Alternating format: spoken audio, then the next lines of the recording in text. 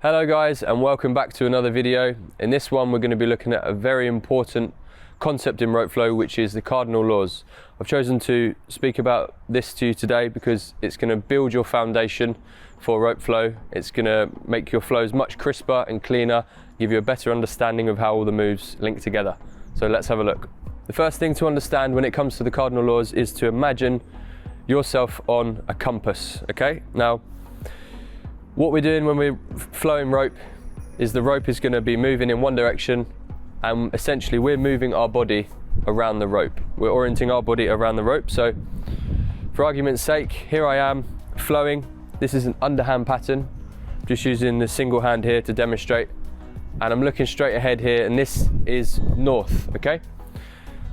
So as you can see, the rope is traveling along that line.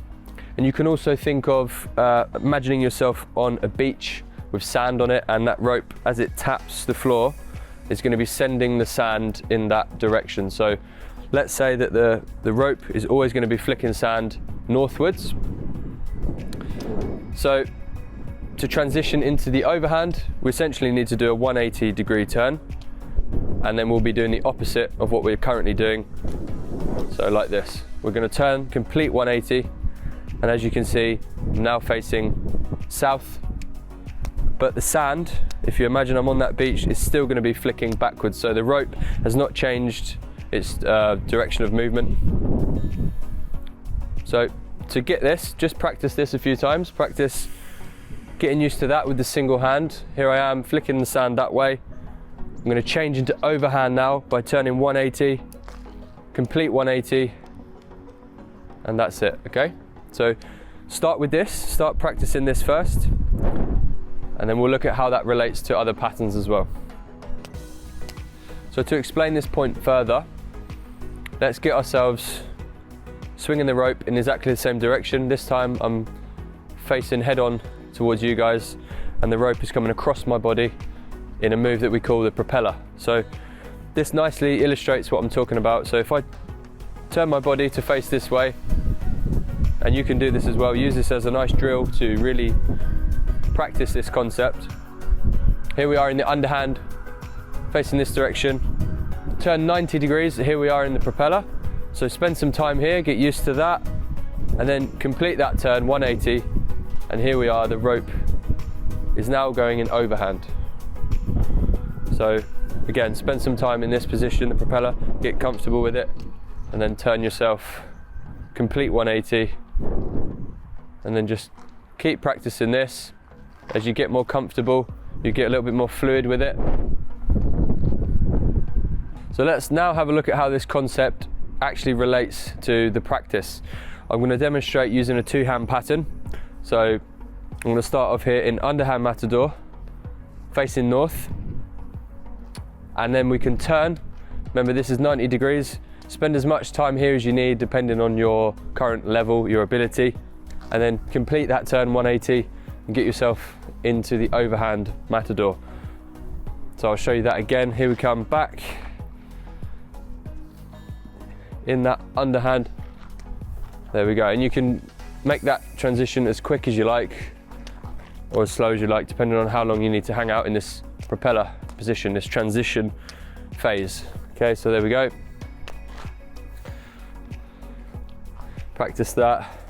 And this leads me on nicely to show you a nice little transition sequence that you can practice, which is called the home run. So in this one, what we're going to do is exaggerate that swing as we transition back into the underhand. So here we are in overhand. There we go. And that is the home run. So I'll show you again. Overhand, swing, back into underhand. So a nice little sequence there to really practice that concept, just like that.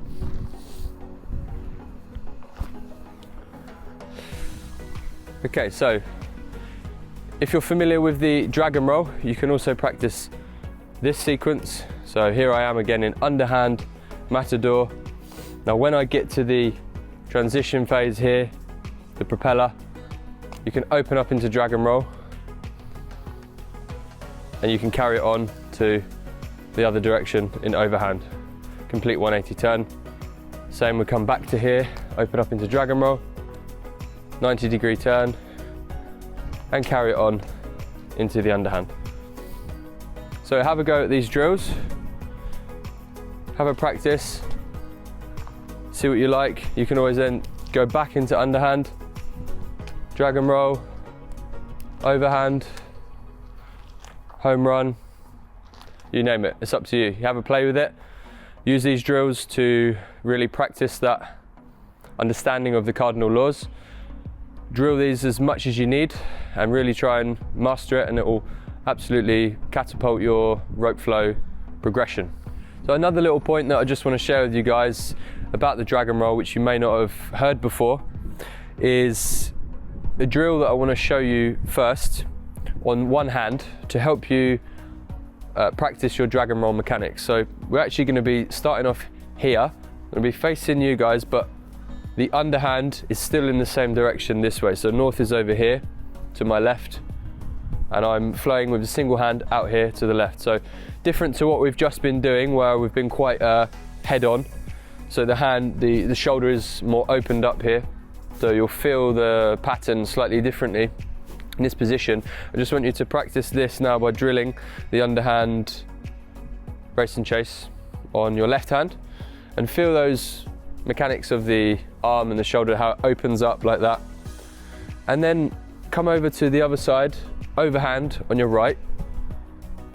Exactly the same line on our compass, facing south now.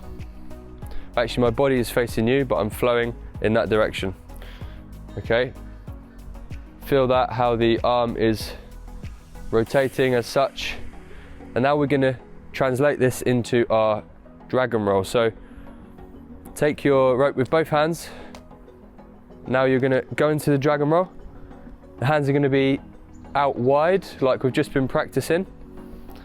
So not closed in like you first learn when you learn the cardinal laws. We're learning now to drag and roll with my right hand in overhand. My left hand is almost doing an underhand pattern there. So I'm not sure if you've seen this concept before in the drag and roll, but it might be a good way for you to understand the mechanics of it better. And you'll find that the more you practice and understand the cardinal laws and apply them to different moves, you'll see that it opens up a lot more possibilities for you. Your body will be in all sorts of different orientations, and you'll be able to see which links well together, which moves can transition nicely with each other, the more you understand this concept. So I just wanted to share that quick tip with you guys. I hope you liked that, and I hope you found this video helpful. Make sure to like and subscribe, and I'll see you in the next video. Thank you for watching.